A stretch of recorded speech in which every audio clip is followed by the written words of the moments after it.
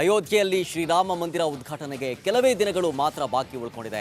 ಜನವರಿ 22ರತ್ತ ಇಡೀ ದೇಶದ ಚಿತ್ತ ನೆಟ್ಟಿದೆ. ಅಭಿವೃದ್ಧಿಯ ಪದದತ್ತ ಅಯೋಧ್ಯೆ ಸಾಗ್ತಾ ಇದೆ. ಇಲ್ಲಿ ಅಯೋಧ್ಯೆ ಅಭಿವೃದ್ಧಿಗೆ ಪ್ರಧಾನಿ ಮೋದಿ ನರೇಂದ್ರ ಮೋದಿಗೆ ಬರಬೇಕಾಯ್ತಾ ಅಂತ ಪ್ರಶ್ನೆ. ಇದೀಗ ಅಯೋಧ್ಯೆ ಅಭಿವೃದ್ಧಿ ಮಾಡೆಲ್, ಈ ಅಯೋಧ್ಯೆ ಅಭಿವೃದ್ಧಿಗೆ ಮೋದಿನೇ ಬರಬೇಕಾಯ್ತಾ? ಕಾಶಿ ಕೇದಾರನಾಥ್ ಆಯಿತು, ಇದೀಗ ಮೋದಿ ರಾಮರಾಜ್ಯ. ಹಿಂದೂ ರಾಷ್ಟ್ರದ ಪರಿಕಲ್ಪನೆಗೆ ಅಯೋಧ್ಯೆ ಮುನ್ನುಡಿ ಬರಿತಾ ಇದೆ. ಏರ್ಪೋರ್ಟ್ ಹೆಸರಾಗಿರ್ಬೋದು, ರೈಲ್ವೆ ಸ್ಟೇಷನ್ ಹೆಸರಾಗಿರ್ಬೋದು, ಇದೆಲ್ಲವೂ ಕೂಡ ಬದಲಾಯಿತು. ನಾಳೆ ಅಯೋಧ್ಯೆಗೆ ಪ್ರಧಾನಿ ಮೋದಿಯವರು ಭೇಟಿಯನ್ನು ಕೊಡಲಿಕ್ಕಿದ್ದಾರೆ. ಇಡೀ ವಿಶ್ವದ ಚಿತ್ತ ಅಯೋಧ್ಯೆಯ ರಾಮ ಮಂದಿರದತ್ತ ನೆಡ್ತಾ ಇದೆ. ಅಯೋಧ್ಯೆಯ ಗಲ್ಲಿ ಗಲ್ಲಿಯೂ ಕೂಡ ಇದೀಗ ರಾಮಮಯ ಆಗಿದೆ.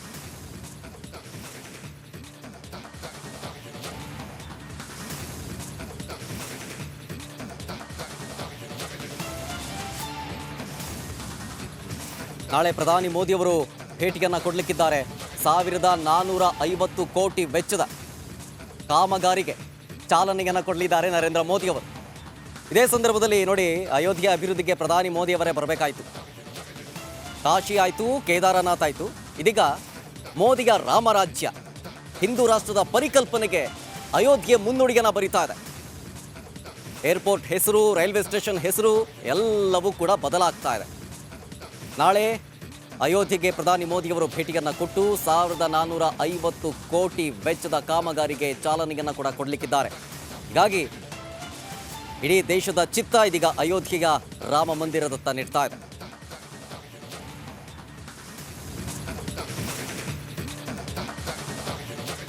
ಇನ್ನು ಅಯೋಧ್ಯೆಯಲ್ಲಿ ರಾಮ ಮಂದಿರ ಉದ್ಘಾಟನೆಗೆ ಕ್ಷಣಗಣನೆ ಶುರುವಾಗಿದೆ. ಇನ್ನು ಕರುನಾಡಿಗೂ ರಾಮ ಮಂದಿರದ ಅಯೋಧ್ಯೆಗೂ ನಂಟಿದೆ ಅಂತ ಕೂಡ ಹೇಳಲಾಗ್ತಾ ಇದೆ.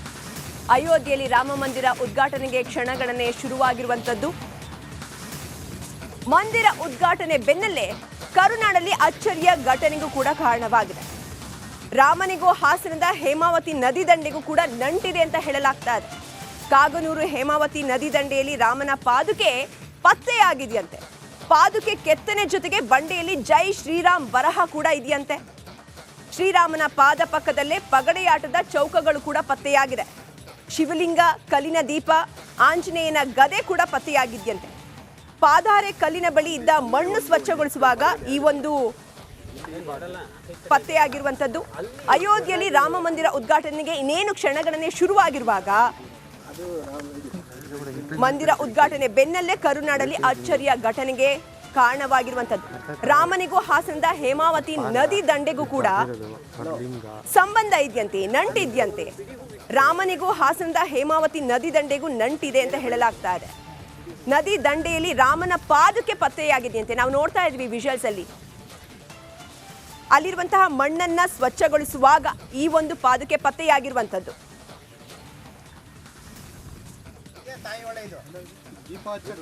ಜನವರಿಯಲ್ಲಿ ಅಯೋಧ್ಯೆಯಲ್ಲಿ ರಾಮನ ಪ್ರತಿಷ್ಠಾಪನೆ ವೇಳೆ, ರಾಮಮೂರ್ತಿ ಪ್ರತಿಷ್ಠಾಪನೆ ವೇಳೆ ಹಾಸನ ಜಿಲ್ಲೆಯ ಕಾಗನೂರು ಗ್ರಾಮದಲ್ಲಿ ಒಂದು ವಿಶೇಷ ಸಂಗತಿ ಇರುವಂಥದ್ದು. ಏನು ಕಾಗನೂರು ಗ್ರಾಮ ಇದೆ, ಈ ಗ್ರಾಮದ ಬಳಿ ಇರುವಂತಹ ಹೇಮಾವತಿ ಬ್ಯಾಕ್ ವಾಟರ್ ಏನಿದೆ, ಅಂದರೆ ಹಿನ್ನೀರು ಇರುವಂತಹ ಜಾಗದ ಬಳಿ ಇರುವಂತಹ ಒಂದು ಪಾದಾರೆ ಕಲ್ಲು ಅನ್ನುವಂಥದ್ದು ಪತ್ತೆಯಾಗಿರೋದು. ವಿಶೇಷ ಅಂದರೆ ಈ ಒಂದು ಕಲ್ಲಿನ ಮೇಲೆ ಬಹಳ ಹಿಂದಿನ ಕಾಲದ ಒಂದು ಲಿಪಿಯಲ್ಲಿ ಜೈ ಶ್ರೀರಾಮ್ ಅಂತ ಬರೆದಿರುವಂಥದ್ದು. ಜೊತೆಗೆ ಪಕ್ಕದಲ್ಲಿ ಏನು ಗ್ರಾಮಸ್ಥರು ಹೇಳ್ತಾ ಇರುವಂಥದ್ದು, ಇದು ರಾಮನ ಪಾದುಕೆ ಇರುವಂಥದ್ದು. ಜೊತೆಗೆ ಅದರ ಪಕ್ಕದಲ್ಲೇ ಇರುವಂತಹ ಪಗಡೆ ಆಟಕ್ಕೆ ಬಡಿರುವಂಥ ಚೌಕಗಳನ್ನು ಕೂಡ ನೋಡ್ಬೋದು. ಜೊತೆಗೆ ಈ ಒಂದು ಕಲ್ಲಿನ ಬಳಿಯೇ ಇರುವಂತಹ ಒಂದು ಕಲ್ಲಿನಲ್ಲೇ ಮಾಡಿದಂಥ ದೀಪ, ಜೊತೆಗೆ ಆಂಜನೇಯ ಮೂರ್ತಿ ಕೂಡ ಇಲ್ಲಿ ಕೆತ್ತಿರುವಂಥದ್ದು, ಜೊತೆಗೆ ಶಿವಲಿಂಗ. ಈ ರೀತಿಯಾದ ಒಂದು ಕುರುಹು ಈಗ ಏನು JCB ಮೂಲಕ ಸಂಪೂರ್ಣ ಬಂಡೆಯನ್ನು ಸ್ವಚ್ಛಗೊಳಿಸಿದಾಗ ಗ್ರಾಮಸ್ಥರಿಗೆ ಕಂಡು ಬಂದಿರುವಂಥದ್ದು. ಕ್ಯಾಮ್ರಾ ಪರ್ಸನ್ ಕಾರ್ತಿಕ್ ಜೊತೆ ಖುಷ್ವಂತ್, ರಿಪಬ್ಲಿಕ್ ಕನ್ನಡ, ಹಾಸನ. ಅಯೋಧ್ಯೆಯಲ್ಲಿ ರಾಮಲಲ್ಲಾ ಮೂರ್ತಿಯನ್ನ ಕಣ್ತುಂಬಿಕೊಳ್ಳೋದಕ್ಕೆ ಜನ ಕಾತರದಿಂದ ಕಾಯ್ತಾ ಇದ್ದಾರೆ. ಈ ರಾಮಲಲ್ಲಾನ ಮೂರ್ತಿ ಇದೆಯಲ್ಲ, ಇದು ಕೆತ್ತನೆಗೊಂಡಿರೋದು ಕರುನಾಡಿನ ಕಲ್ಲಿನಲ್ಲಿ. ಕರುನಾಡಿನ ಕಲ್ಲಿನಲ್ಲಿ ಭವ್ಯ ರಾಮಲಲ್ಲಾ ಮೂರ್ತಿ ಅರಳಿದೆ.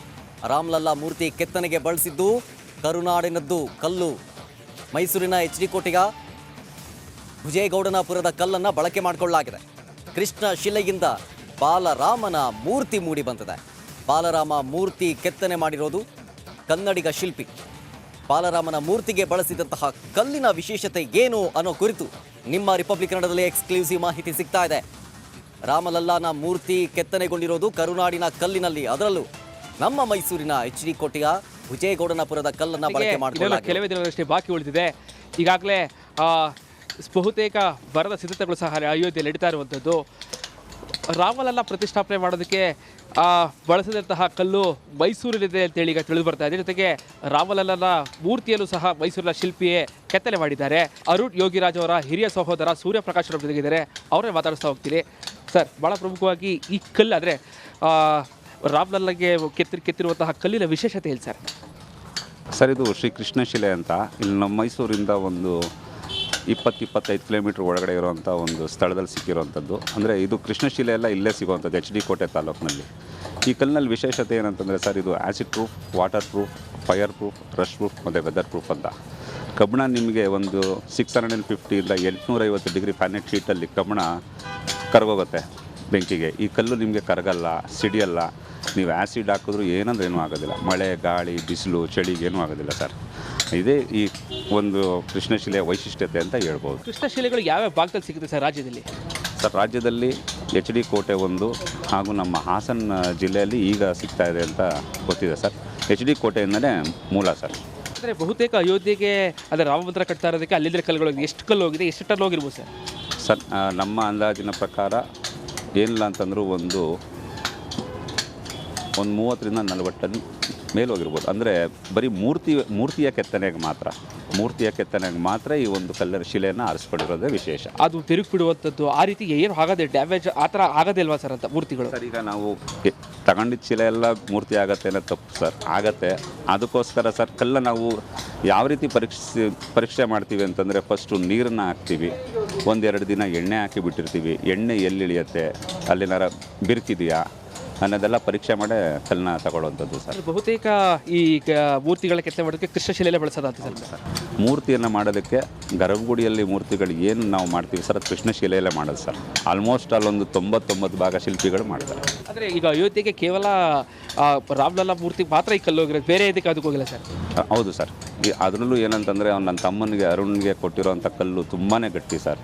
ಯಾಕೆ ಅಂತಂದರೆ ಅದನ್ನು ಕೇಳ್ಪಟ್ಟೆ ನಾನು. ಮೊದಲನೇ ಕಲ್ಲು ಮಾಡಿದಾಗ ಅದನ್ನು ಕಲ್ಲು ಸಾಫ್ಟ್ ಅಂದ್ಬಿಟ್ಟು ರಿಜೆಕ್ಟ್ ಮಾಡಿ ಇದು 2ನೇ ಕಲ್ಲನ್ನು ತಯಾರು ಮಾಡಿರುವಂಥದ್ದು. ಭಾಳ ಅದ್ಭುತವಾಗಿರುವಂಥ ಕೆಲಸ ಬಂದಿದೆ. ನಾವು ಪ್ರತಿ ಕ್ಷಣನೂ ವೆಯ್ಟ್ ಮಾಡ್ತಾಯಿದ್ದೀವಿ ಅದೇ ಸೆಲೆಕ್ಟ್ ಆಗಲಿ ಅನ್ನೋದು. ಅದೇ ನಮ್ಮ ಉದ್ದೇಶ, ಅದೇ ನಮ್ಮ ದೇವರಲ್ಲಿ ಪ್ರಾರ್ಥನೆ. ನಿಮ್ಮ ತಮ್ಮವರು ಸರ್ ಈಗ ಒಂದು ದೊಡ್ಡ ಅಂದರೆ ಎಲ್ರಿಗೂ ಈ ಅವಕಾಶ ಸಿಗೋದಿಲ್ಲ ಸರ್. ನಿಮ್ಮ ಕುಟುಂಬಕ್ಕೆ ಈ ಅವಕಾಶ ಸಿಕ್ಕಿದೆ ಸರ್, ಎಷ್ಟು ಖುಷಿ ಆಗ್ತಿದೆ ಸರ್? ಸರ್, ಹೇಳಬೇಕು ಅಂತಂದರೆ ಅವ್ನ ಮದ್ದಿಂದನೂ ದೊಡ್ಡ ಕೆಲಸಗಳು ಮಾಡಬೇಕು ಅನ್ನೋ ಹಂಬಲ, ಅದೊಂದು ಛಲ ಅವನಲ್ಲಿ. ಆ ಛಲ ಮತ್ತು ಹಂಬಲನೇ ಆ ಮಟ್ಟಕ್ಕೆ ತಗೊಂಡೋಗಿದೆ ಅಂತ ಹೇಳಕ್ಕೆ ಇಷ್ಟಪಡ್ತೀನಿ. ಕ್ಯಾಮ್ರಾ ಪರ್ಸನ್ ಸಚಿನ್ ಜೊತೆಗೆ ವಿನೋದ್ ಪುಡವರ ರಿಪಬ್ಲಿಕ್ ಕನ್ನಡ, ಮೈಸೂರು.